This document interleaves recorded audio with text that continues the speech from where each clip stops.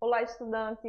Eu sou a professora Amanda Pascoal, do curso técnico em Secretaria Escolar, e tenho aqui comigo o professor Eduardo. Professor, Olá, tudo bem, gente? Como vão todos e todas? Sou o professor Eduardo Santana, também do curso técnico em Secretaria Escolar, e hoje estou aqui mais uma vez para contribuir, para dialogar com a professora Amanda Pascoal a respeito dessa temática tão importante e relacionada às políticas públicas educacionais, né, professora? isso, hoje a gente vai falar sobre a segunda unidade, né? As políticas públicas educacionais, e vamos analisar as principais reformas educacionais brasileiras, os projetos em disputa na sua formulação e os mecanismos de sua implementação. Vamos contextualizar esses temas, né? E desenvolver aqui com o professor Eduardo. Professor, é um prazer tê-lo aqui conosco mais uma vez, né? Então, nós analisamos nas nossas aulas anteriores nessa conjuntura do processo de estruturação da educação brasileira, né, no Brasil.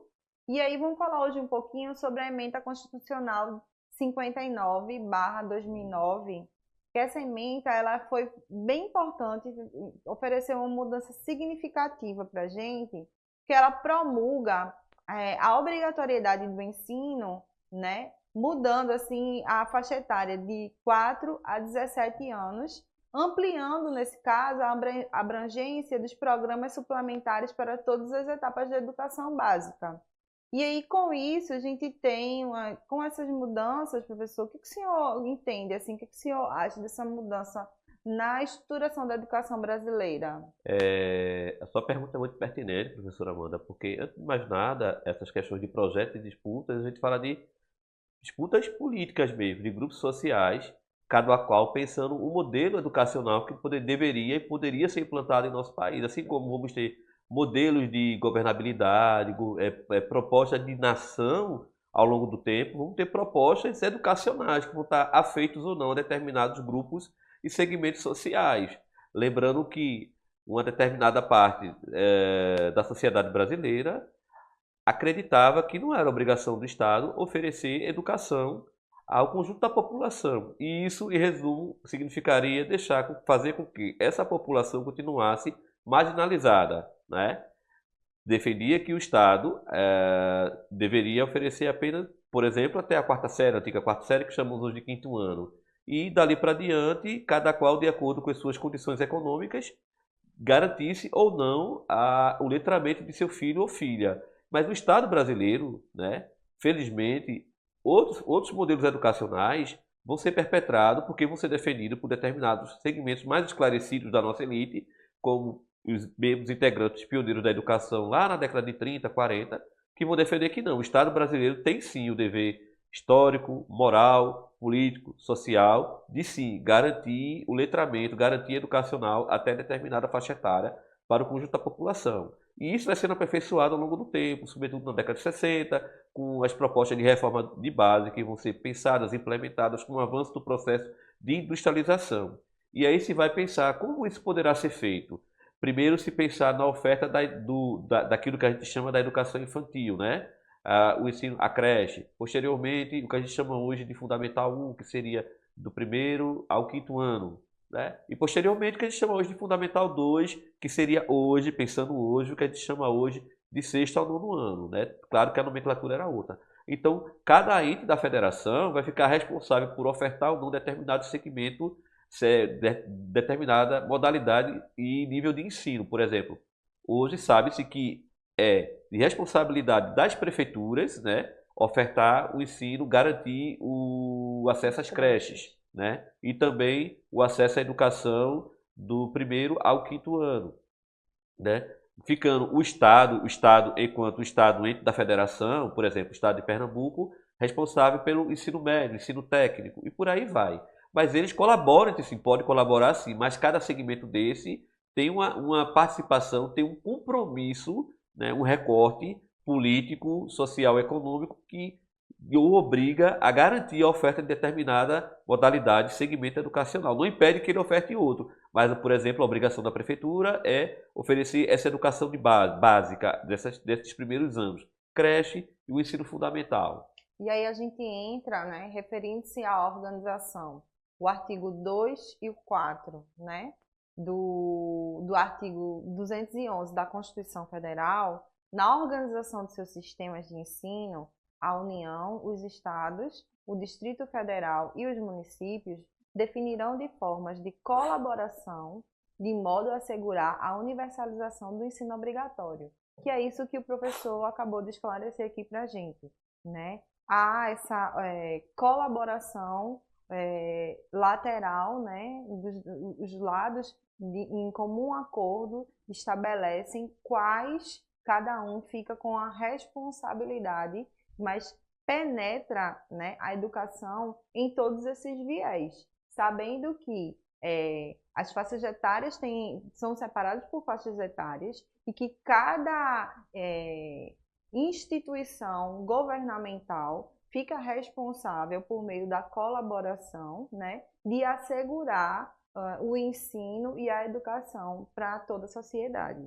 E Né? é importante que se diga, né, inclusive, que essa nova legislação, ela vai, inclusive, determinar de onde virão os recursos para a manutenção desse sistema educacional, qual a responsabilidade de cada um deles, inclusive determinando como o governo federal e o nosso poder central, ele vai contribuir, destinar recursos para a manutenção da educação em estados e municípios. E é importante que se diga que esses projetos, esses modelos educacionais que vão sendo pensados e aperfeiçoados ao longo do tempo, como eu já falei, bem coloquei aqui, a professora Amanda Pascoal reforçou, vai ser produto de disputas, né, de propostas em determinados segmentos da educação, que vão pensar esses modelos educacionais no intuito, na proposta de direcionar o desenvolvimento político, social e cultural do nosso país para um determinado viés. Então, é importante que se diga que não são discussões, as coisas não são feitas de formas aleatórias, de forma irrefletida, mas é um projeto também de poder. Determinados grupos que vão pensar até onde determinados segmentos populacionais, sobretudo os mais marginalizados, que foram interditados o acesso a determinados lugares de poder ao lugar do tempo. Então eles vão determinar até onde fulano, ciclano, beltrano vai poder avançar. Então a disputa vai ser sempre essa, de oferecer mais, de propor mais, onde determinados grupos vão trabalhar no sentido de frear essa evolução. Isso porque é uma disputa política, não é apenas, não se tem apenas a intenção de, bora fomentar o desenvolvimento do país, mas vai haverá sempre aqueles grupos reacionários que vão acreditar que essa mudança deve ser lenta, gradual e controlada, enquanto outros segmentos populacionais, né, da sociedade civil organizada, eles vão pensar sempre na proposta de, podemos avançar mais, e isso, bora avançar no sentido de eliminar desigualdades, forças sociais que foram historicamente construídos aqui. Então é sempre um processo de embate, como a professora colocou aqui, é um processo de disputas políticas, sociais, disputas por lugares de poder. Então é muito importante pensar esse avanço, essas reformas educacionais, essas legislações como lugares de disputas no sentido de transformações sociais, no sentido de pensar o país que eu quero, a sociedade que eu quero e o que o status quo que se intencionava manter ou desconstruir, retificar, tirar, alijar dos lugares de poder. Quando se fala em temporalidade, em tempo, sobretudo, né? Quando você tem a instituição de uma emenda constitucional, tudo isso leva prazos, são estipulados prazos a se cumprir, né? No caso da emenda 59 de 2009, foi determinado o prazo até 2016, né, para que gradativamente as instituições de ensino se adequassem a essa nova regra. E aí a gente tem o que antes era a ampliação da obrigatoriedade escolar, o que antes era de 6 aos 14, passa aos 4, dos 4 aos 17, né? E esse prazo de ampliação ele fica estabelecido para que as escolas se adequassem até 2016. Seguindo isso, nós temos, né, o Plano Nacional de Educação, que vai apoiar tecnicamente e financeiramente, que vai ser apoiado tecnicamente e financeiramente pela União. Sim. O que isso quer dizer? Né? O Plano Nacional de Educação, ele vai estabelecer metas, né? E entender qual a conjuntura de necessidades numa conjuntura nacional, certo? E aí vão ser estabelecidas metas que vão ser atendidas num prazo de 10 anos. Nós temos a cada 10 anos uma remodelação desse plano, porque a gente entende que a conjuntura muda nesse período de tempo e é preciso se adequar a essas novas necessidades. Exatamente, né? A sociedade, a história está sempre em movimento, né, professora Amanda? Exato, E as ela, né? necessidades, e as coisas vão. E a gente está no mundo da tecnologia, da modernidade, onde tudo está em constante mudança. Então a sociedade vai mudando, as necessidades, os desafios também vão mudando. Então é justamente necessário a cada 10 anos repensar e ver as estratégias para fomentar esse processo educacional. E a gente conta para isso, sabe, professora Amanda? Com o auxílio de importantes órgãos de pesquisa, de fomento, como o IBGE, entre outros órgãos que fazem esse levantamento, né? Então, um levantamento amplo, bastante plural, a respeito de vários aspectos da sociedade, no sentido educacional, no sentido das necessidades econômicas, desenvolvimento, relacionado também à questão da criminalidade, a questão do acesso, a questão de barreiras sociais que determinados grupos, segmentos sociais ainda enfrentam. Então, por isso que é necessário que esse projeto, esse Plano Nacional de Educação, ele possa ser revisitado a cada 10 anos, para que a sociedade civil organizada, assim como as entidades políticas, os órgãos públicos governamentais, possam pensar em novas estratégias para fazer frente aos desafios e corrigir os erros e corrigir aquilo que não está dando muito certo. E é importante a gente perceber também que vivemos em um país com uma estrutura continental.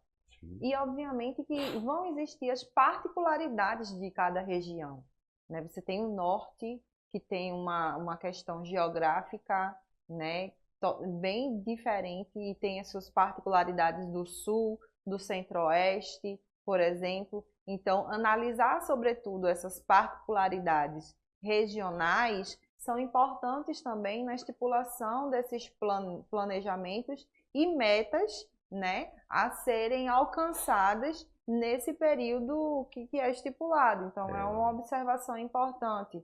A gente não, é difícil quando você nivela, né, uma condição ou uma situação sem analisar essas particularidades regionais do nosso país. Verdade, Amanda. Se você pensar a nível de Pernambuco, você tem toda uma estrutura social, econômica, cultural aqui no litoral que difere daquela da Zona da Mata, que é totalmente diversa do Agreste, que difere bastante do Sertão. Imagina isso de Pernambuco, imagina Paraíba, Rio Grande do Norte, Rio de Janeiro, São Paulo, né? São processos históricos sociais que são diversos. E a gente não pode tratar igual essas questões que são bastante discrepantes, diversas, complexas. Então, ele tem que se adaptar às situações das vicissitudes locais, regionais, políticas e culturais, para que possa atender às demandas e às necessidades daquele local. Por exemplo, você não pode, um exemplo, assim, tentando trazer um exemplo a respeito disso. Você tem uma bacia leiteira aqui, então você vai colocar uma escola técnica, um Instituto Federal de Pernambuco, por exemplo, que possa ter cursos técnicos voltados para áreas agrícolas. Você não pode botar uma região que o carro-chefe daquela região, por exemplo, o Polo Gesseiro, lá de Araripina, botar cursos voltados apenas para a questão do turismo, questão da tecnologia, se o carro-chefe da economia lá é uma coisa totalmente diversa. Você tem que adaptar essas ofertas educacionais, de acesso à educação, para questões matrizes econômicas que atendam aquela região, as aptidões, a vocação, de acordo com as suas particularidades. Né? É isso, gente. Eu quero agradecer mais uma vez a participação do professor Eduardo Santana aqui conosco. E encontro vocês na próxima aula. Obrigada e até mais. Tchau, tchau, gente. Até a próxima.